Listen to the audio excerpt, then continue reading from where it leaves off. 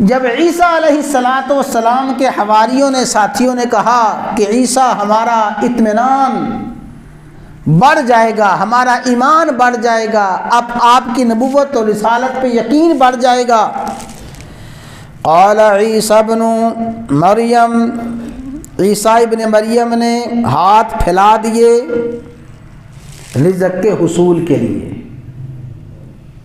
روزی کے لیے۔ عیسیٰ اللہ کے نبی نے اپنے رب کے سامنے ہاتھ پھیلا دیے، ربنا اللہم ربنا انزل علینا مائدۃ من السماء، اے ہمارے رب آپ آسمان سے تیار شدہ دسترخوان اتار دیجئے۔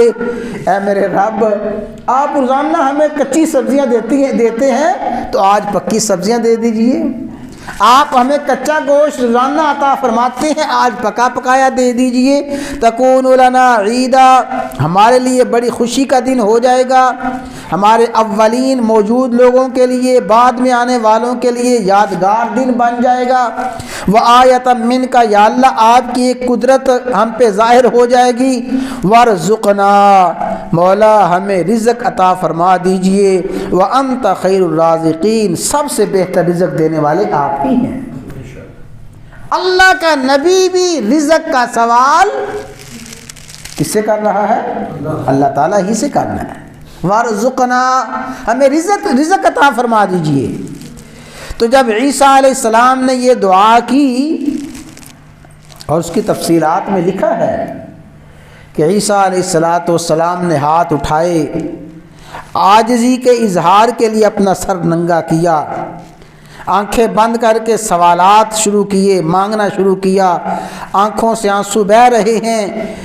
اللہ تعالیٰ نے دعا کو قبول فرمایا۔ قال اللہ تعالیٰ نے فرمایا انی منزلها علیکم، اے عیسیٰ میں آپ کی دعا کو قبول کرتا ہوں آپ کے ساتھیوں کے مطالبے پر۔